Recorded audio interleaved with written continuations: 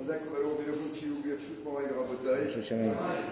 avait évoqué hier le fait de faire un espèce pour Zéphane du Lapin, Martine, Saada, que de nombreuses personnes ont connu.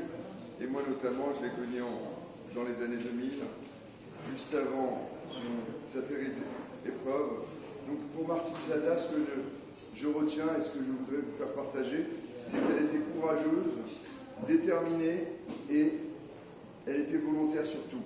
Courageuse parce qu'elle a eu plusieurs épreuves de la vie, notamment, je vous ai dit, en 2001, où elle a perdu son fils dans les attentats du 11 septembre. Déterminée, elle rendait possible ce qui était impossible, la cantine cachère, la construction de la synagogue et de nombreuses autres choses, le mikvé à Charenton. Et volontaire parce qu'il faut savoir qu'elle était la première à ouvrir la porte de la synagogue, la dernière à fermer. Vraiment, tous les matins, vous pouvez la voir. Et donc je garde en elle ce visage angélique et tous ces moments, parce que je viens de Charenton, j'ai vécu pratiquement 20 ans à ses côtés, on peut le dire, puisque je la voyais tous les jours à la synagogue.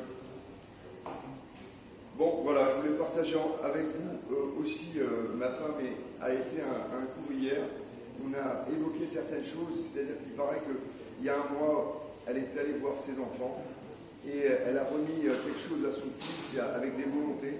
Donc on va dire du ciel, on lui avait peut-être donné ça. Et elle a eu cette chance, cette route d'être enterrée à côté de son fils Thierry. Pourtant elle n'avait pas, il me semble, prévu ça. Et le fait de l'événement a fait qu'ils ont trouvé la place comme ça. Donc, voilà, je voulais vous dire que c'est une sédéquette et vous le savez. On pense tous, je me fais le porte-parole du comité et de vous pour essayer de réconforter à la fois son mari Jean-Marc, ses enfants qui sont Rudy, Roy, Cindy et Gary.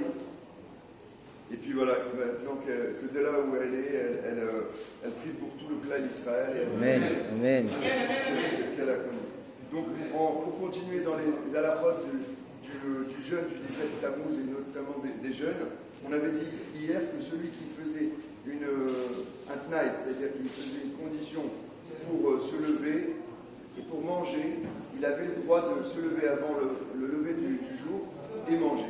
Maintenant, si il fait cette condition, il se lève, il mange, est-ce qu'il a le droit de retourner dormir? Alors non, il n'aurait pas le droit de retourner dormir si il s'est levé, du moins s'il doit dormir avant la demi-heure du lever du jour. Bien sûr, s'il se lève à 2h du matin et que le lever du jour est à 5h, il aurait le droit de... Par contre, s'il se lève à 4h30 pour manger et que le lever du jour est à 5h, il n'aurait plus le droit. Il mange et après, il entame sa journée, il va faire sa fila et il entame sa journée. Que doit faire aussi celui qui, le jour d'un jeûne, a fait une bracha comme ça, il a été spontané, il a voulu prendre un verre d'eau ou manger une pomme ou manger un fruit, et il a fait la bracha et finalement il s'aperçoit, il s'est dit c'est un jeûne. Bon, il doit effectivement goûter la pomme, le produit, l'eau, juste goûter, et ensuite il peut continuer le jeûne, il peut faire il peut considérer comme s'il n'avait pas cassé. Juste il fait ça pour éviter la bracha, les batailles.